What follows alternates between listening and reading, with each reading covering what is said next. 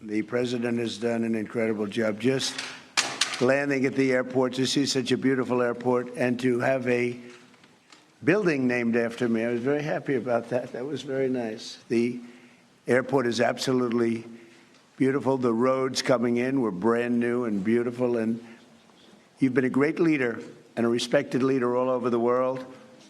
And we really do. We've had right from the beginning good chemistry. We've had a very special relationship. Turkey has become, under the president, a very powerful country militarily. People don't know how powerful, actually. They have a lot of our equipment, and they have a lot of great soldiers, and they're really somebody to be reckoned with. And the nice part is that because of the relationship that we have, it's all gone very well. I just want to say that I have a lot of respect for the president, and I think it's really to the benefit of both countries. We're going to be talking today about trade. We're going to be talking about other things having to do with the military, lots of different things. Probably we'll mention Iran, where we have essentially decimated their military. They cannot have a nuclear weapon. And we're going to have some very good discussions. But we do a lot of trade with Turkey. We make great things, and they make great things. And we've had it's had a very big impact on both of our countries. So I just want to tell you that it's an honor to be with you. And we're going to have a lot of good meetings. We're going to have good dinners, good food. We're going to have a good time, but mostly we're going to have a lot of work, and we're going to do good things for our countries. Thank you very much, Mr. President. Thank you. Sayın Cumhurbaşkanım, havaalanına geldiniz. Çok teşekkür ederiz o yüzden. Çok uzun süren bir dostluğumuz var, biliyorsunuz. Son derece saygı duyduğum, yakın bulduğum bir insansınız. Buradaki buluşmalarımızda, görüşmelerimizde 3 konudan bahsedeceğiz. Askeri, ticari ve bir de İran konusundan bahsedeceğiz. Gerçekten çok güçlüsünüz. Çok güçlü askeri ve silah sanayi açısından çok güçlü bir yerdesiniz şu anda. Dolayısıyla teşekkür ediyorum ve çok iyi bir vakit geçirdiğinize inanıyorum. Thank you. Thank you very much. Okay. Mr. President, are you going to sell F-35s to Turkey, and what about the legal restrictions? Well, it's a decision we're going to make. We have a very good relationship. I would think that many people, I can tell you, many people, including the people sitting right here, thinks, why wouldn't we do that? We have a better relationship with Turkey, and Turkey's been in many ways much more loyal than other countries that we think would be loyal. So, yeah, it's something certainly we would consider. It's a great plane. It's the best, currently the best plane by far. And it's certainly something we will consider, yeah. Yes, Daniel, please.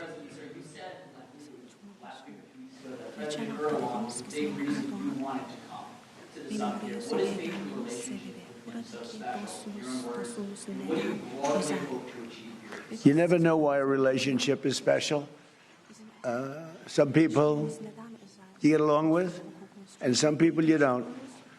Sometimes you get along with the toughest people, like him, and sometimes you don't get along with the weakest, most pathetic people. You just don't get along. Maybe you don't respect them, but from the day we met, we got along. We had a pastor, as I remember, his name was Pastor Brunson, and it was a very big thing, and it was very traumatic. He was sentenced to a long-term prison sentence, and I felt he was innocent, and I called. Other people called. They got nowhere. I called the president, and he released him immediately. It was something that the evangelical community will never forget, and because he was a good man, Pastor Brunson. So, just things like that. We just it's always worked out. And I think it's been from the very beginning, from the first moment. I said it before, it's a chemistry that works between us. There are those that I don't have a good chemistry with, I will tell you that. And we work that out too. Mr. President, further troop drawdowns in Europe, are you likely to announce further troop drawdowns in Europe? Say it? Are further troop drawdowns in Europe likely? And are you satisfied with the progress that NATO allies have made? Well, we're going to see. I was very disappointed with NATO, And frankly, if it weren't held in Turkey, where my friend happens to be a very strong leader, a very strong person, it's possible that I wouldn't have attended. I felt I had to attend because of the fact that, I know he's gone all out. It was a big thing to have NATO come to Turkey or any place else. It's a big thing. But we weren't treated well because we did something in Iran. We don't need anybody's help. I didn't even want their help. But before I asked, they said they wouldn't be there. And we've invested trillions of dollars in NATO. Why? To protect European countries and others, Canada, etc., but to protect people, countries from, generally speaking, it used to be the Soviet Union, now it's Russia. And I say that's fine, but you would think that they'd be very willing to do something to help us, and they really weren't. In the case of the United Kingdom, the Prime Minister, I guess he's no longer there, maybe because of this. It was a very unpopular thing he did. He said, no, we'll help after the war is over. I said, I don't need that kind of help. We didn't need any help at all. And in a way, I was testing people. I was testing to see whether or not they'd be there, because I've long said that we helped them, but I'm not sure that they'd be there for us. And Italy turned us down, and Germany turned us down, and France turned us down. And that's okay. But, why are we spending hundreds of billions of dollars and they're not there for us? We've always been there for them.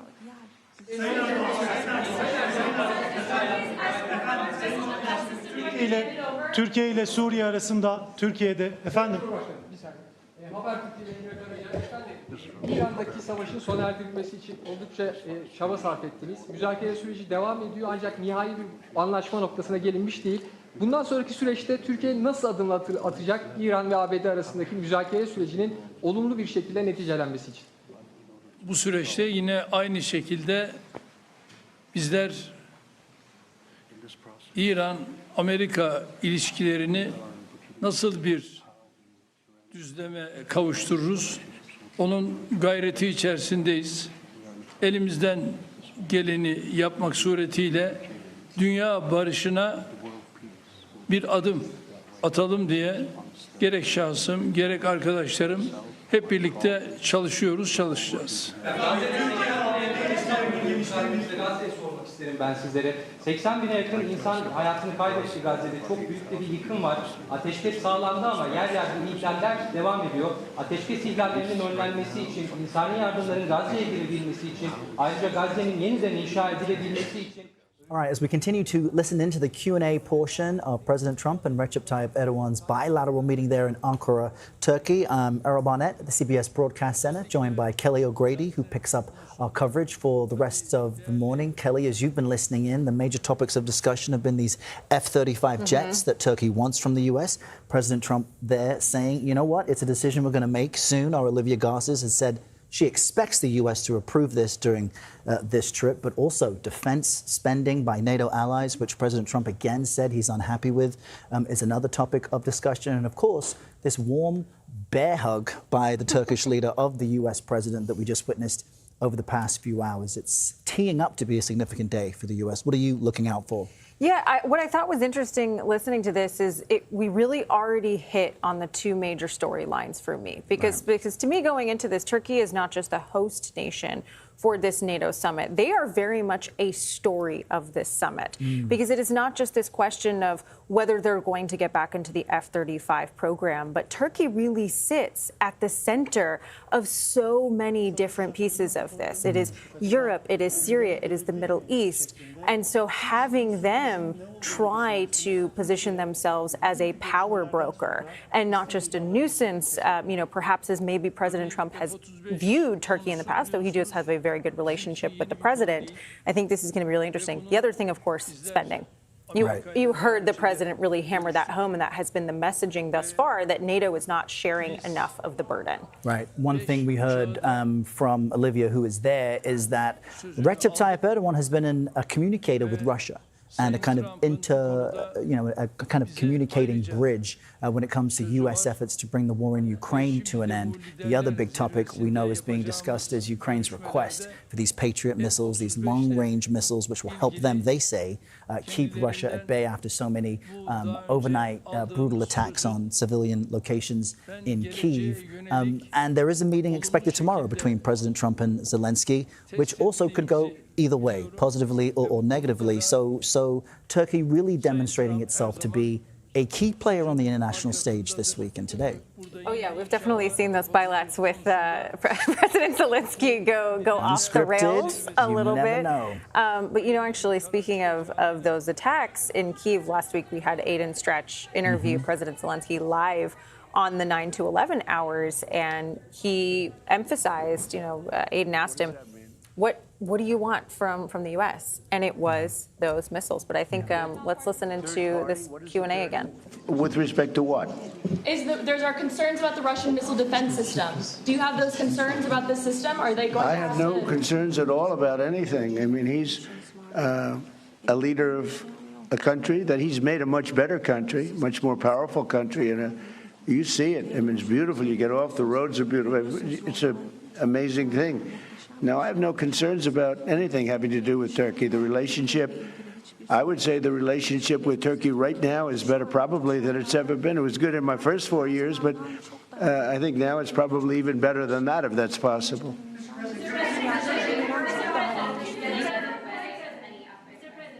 Sir, U.S. military and Turkish military constitute a really strong and large military base for NATO. Are we expecting further defense cooperation out of this bilateral meeting, out of this NATO summit here in Ankara? Well, we're going to find out when I go there. We're going to find out. We're going to be having meetings. I'm very friendly with many of the leaders. Some of them are new. We don't know them. But, I've been doing this for now sort of a long time. If you count the 4 years where we had a rigged election, it was very much into politics then, too. But I spent the first 4 years. I spent 4 years in a little different state. And then we've had an amazing, probably the best year maybe ever had by an American president. When you look at the economy, we have the greatest economy we've ever had. We have $19 trillion, $19.2 trillion to be exact, being invested in the United States. That's 7 or 8 times more than it's ever had. It's a world record, not just a U.S. record. And I just read where, in fact, coming over, I was in the car with those beautiful horses, those great riders, those great soldiers, and it came over the wires that Toyota is moving out of Mexico into the United States and building one of the biggest truck and car plants ever built.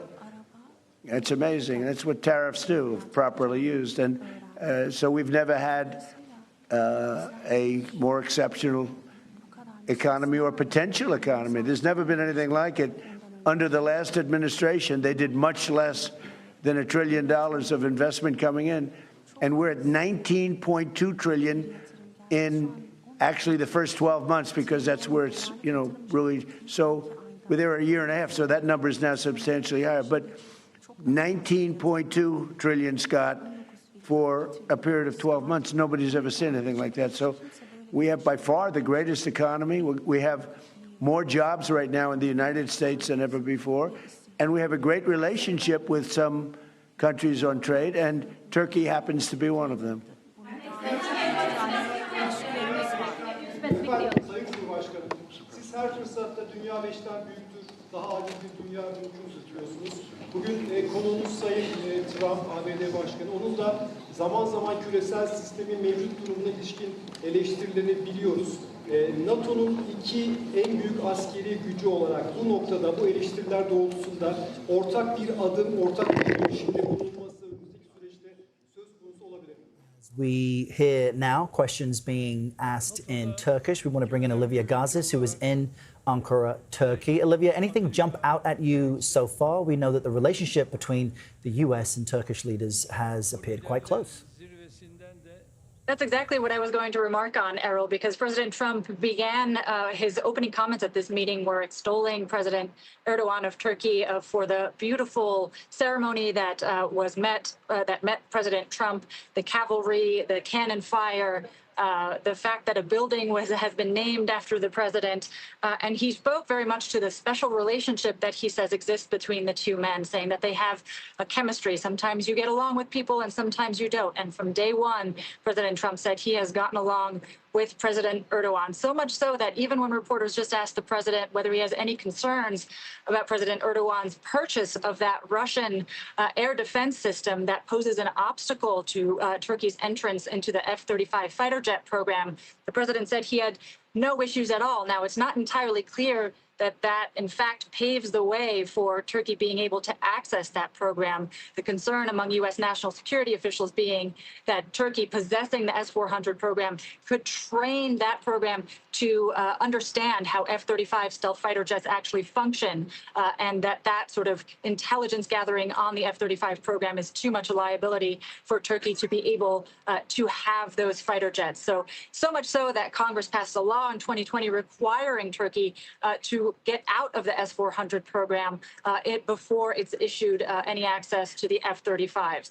The president saying that they're still going to make that decision, so not overtly saying that it's going to happen, but then when pressed on the major hurdle between Turkey and the F-35s, he said he had no issues at all. He also referenced an earlier episode in U.S.-Turkey relations that was heavily strained, namely the detention of an evangelical pastor, Brunson, who was detained in Turkey, accused of espionage, accused of coordinating with the outlawed PKK party here. And the president said he made a phone call, and at his behest, President Erdogan released Pastor Brunson, which significantly eased the tensions between the two countries.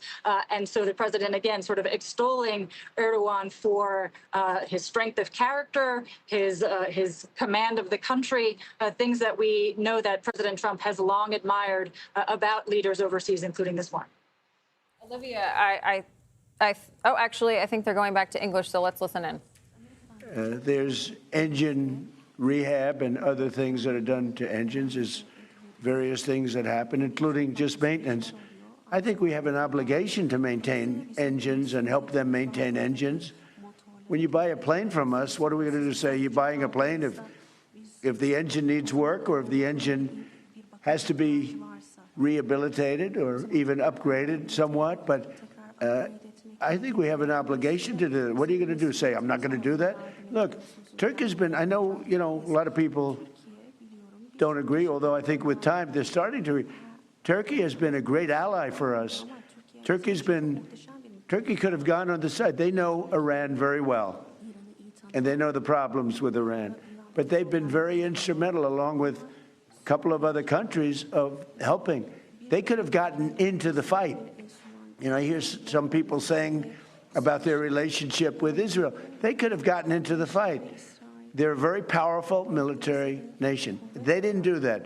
Maybe they didn't do that because of me, but they could have gotten into the fight on the other side. They are a nation that's been very, very good, and I can speak for myself as president. They've been extraordinary in many ways with respect to our relationship, including trying to end the war with Iran, or whatever you call it. It's not even a war, it's a military operation. It's a denuclearization. That's really what it is, of Iran, because I don't think he wants to see them have a nuclear weapon either. I'm pretty sure of that. In fact, I'm totally sure of that. But when they buy a product from us, whether it's a plane or anything else, when it's time for maintenance, I think don't we have an obligation to help them? What are we going to do? Say we're not going to let you use the product that you spent a lot of money in buying? And especially when it's been somebody that frankly has been more helpful to the United States than many other more traditional countries.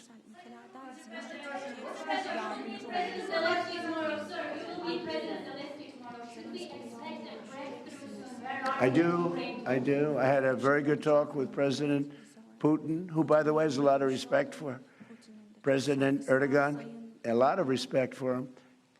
We had a long talk yesterday. It lasted a long time. And I also spoke with President Zelensky right after that. I think they both want to make a deal. It's too bad it took so long. But I think there's going to be something's going to come out. And the president's also helping us with that. But I think there's something. You know, I settled 8 wars. And I think we're going to be settling a 9th. It doesn't seem likely now, but sometimes with war, I see when it's least likely, that's when it happens. I had a very good talk with President Putin. I had a very good talk with, I would say, as a combination. A lot of times I'd do well with Putin and Zelensky would be a problem, or vice versa. Zelensky would be great and Putin would be. They both want to get it settled now. More than that, that's all I do in my life is deals. I know deals. And I think they are going to, I think we're going to get it settled, hopefully soon. Last month, 35,000, mostly soldiers, died. The month before that, it was 24,000. The month before that, it was 27,000. And the month before that, it was 29,000. But last month, it was 35,000 young soldiers, mostly soldiers, died. And that's crazy.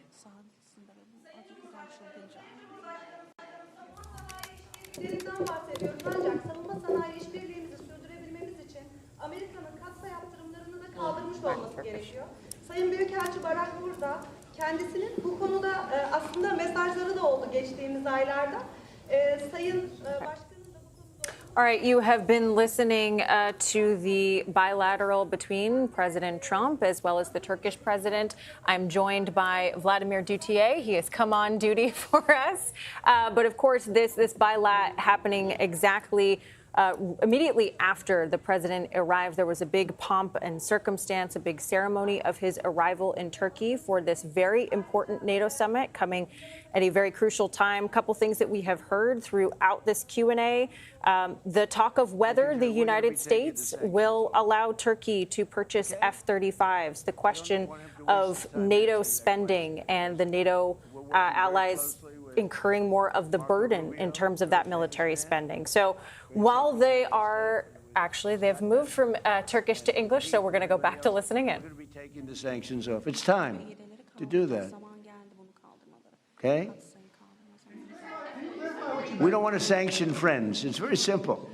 There's plenty of people we can sanction, and we are sanctioned. We don't want to sanction friends. And because of the president, you know, we have a very good relationship with the new leader of Syria, and he's done an amazing job. In a year and a half, he's pulled the whole country together.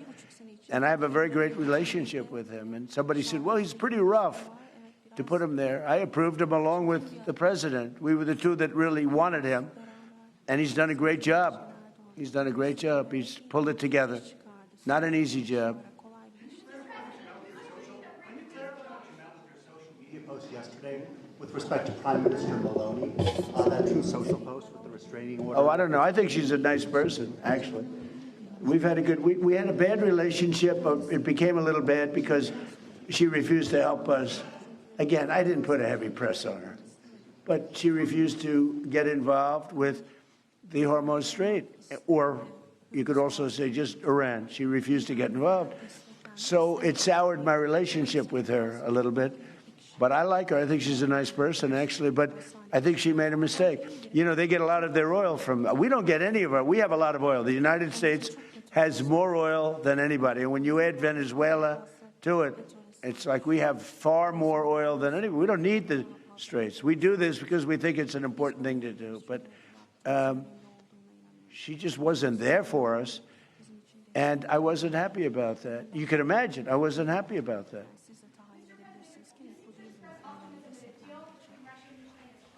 Why do you think that? What conditions have changed? Did Putin seem... About with what? Russia-Ukraine. Did Putin seem open to any concessions that he Never had? changed. I just don't want him killing people. You know, it doesn't affect the United States. When Biden was here, he gave them hundreds of billions of dollars worth of equipment. Now I sell the equipment for, you know, fair price, the full price. And I sell it not to Ukraine, I sell it to the European Union. They pay us. But with me, it's not anything to do other than I'd like to save lives. You have 25, 35, 30 One time it hit 41,000 a month. Souls, they're dead. They leave their mother in Ukraine. They leave their mother and father in Russia, Ukraine. They wave goodbye. And a week later, they're dead. It's crazy. And I would like to see. It doesn't affect us. It's really, it's far away. It affects Europe much more. We're there to help Europe. But it doesn't affect the United States. We have an ocean in between. But, it's just, I can't stand watching what's happening. I've seen the pictures of those battlefields, and it's a drone war. It's a war of drones. It's a whole new technology. And we're actually the leader in drones now. We have the most sophisticated drones, but people wouldn't believe how violent it is. And I've seen the battlefields. They send me pictures. I actually want to say, don't send them to me. Pete, this man right here sends me pictures. Pete Hegseth. And I said, Pete, you know what? Doesn't help to look. I've never seen anything like it. It's carnage. And it should stop. Open to any concessions to end the war? Did we open to any concessions to end the war in your call to them? I get along very well with both, and we're going to get it settled. And President Erdogan's helping us get it settled, as he's helping with Iran.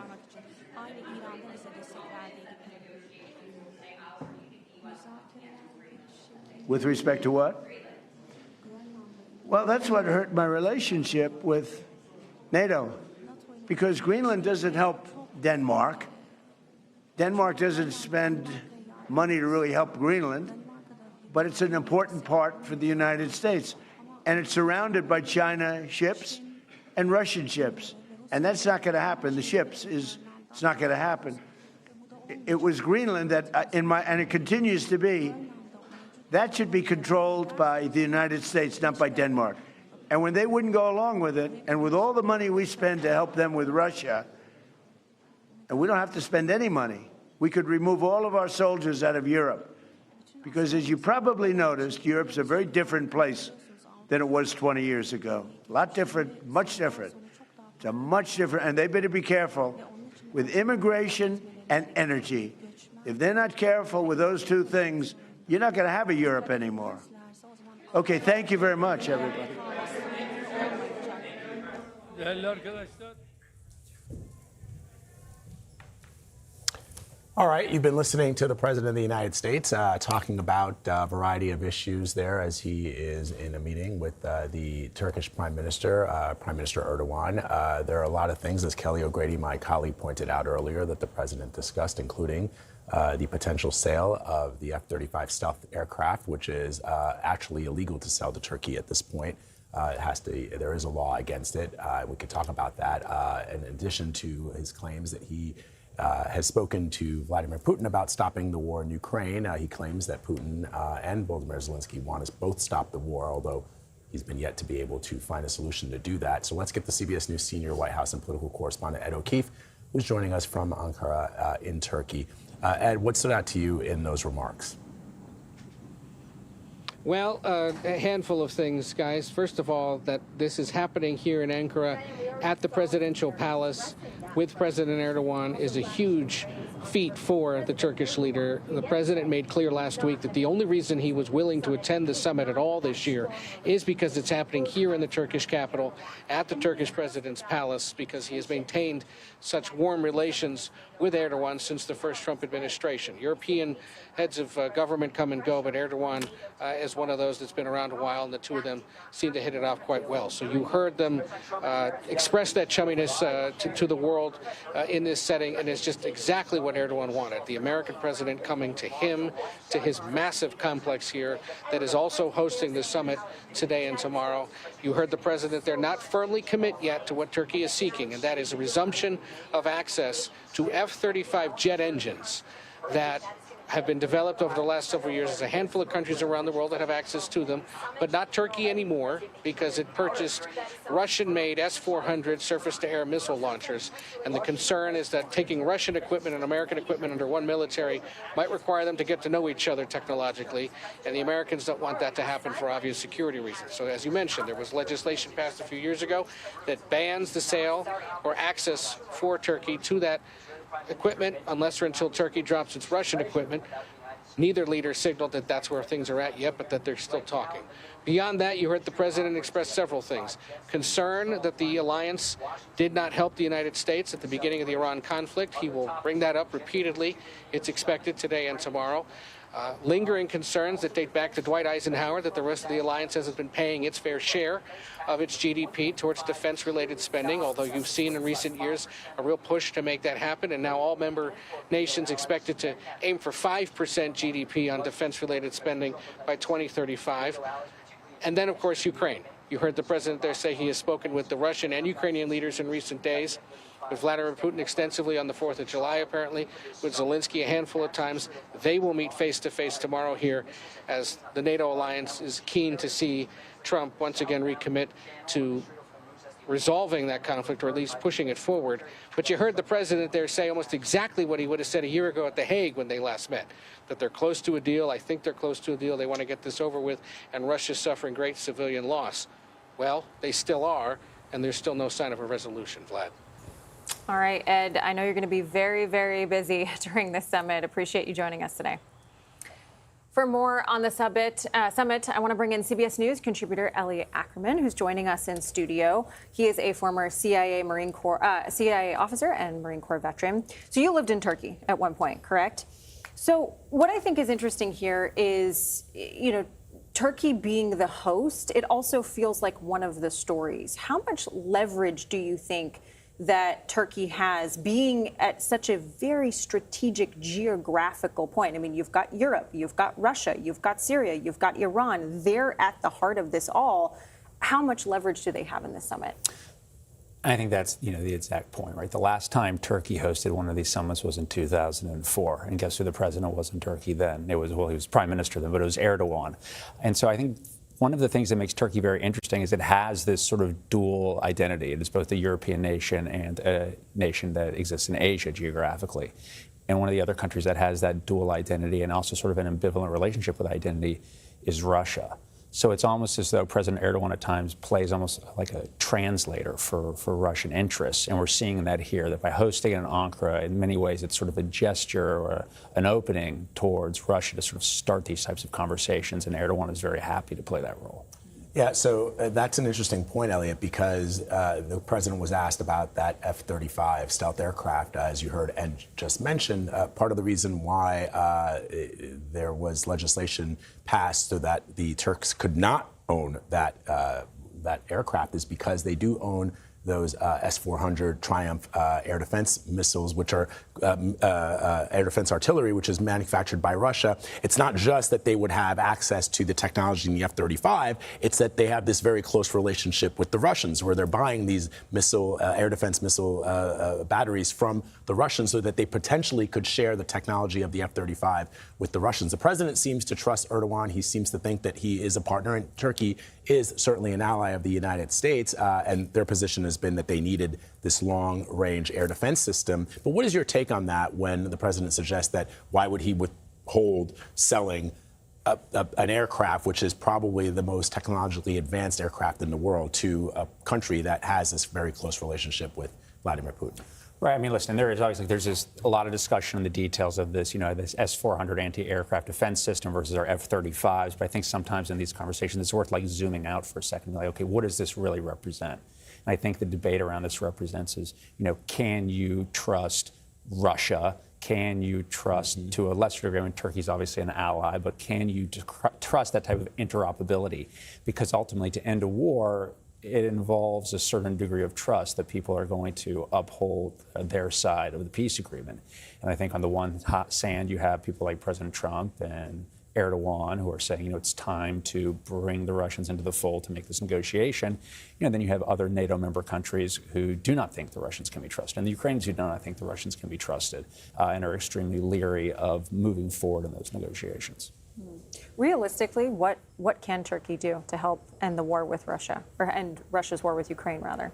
I think all along they've been acting as a broker, since the outside of this war, and acting as an intermediary. And I think, eventually this war is going to end as all wars end, and I imagine Turkey will probably play some type of central role in brokering whatever peace occurs. But the important thing is, and we see this sort of impulse, is the president saying, I'm a deal maker, but a bad peace, if we look at history, often contains the seeds of the next war, and that is not what you want. Absolutely not. Elliot Ackerman, always great to have your insights, my friend. Thanks for sticking around for this. Appreciate it.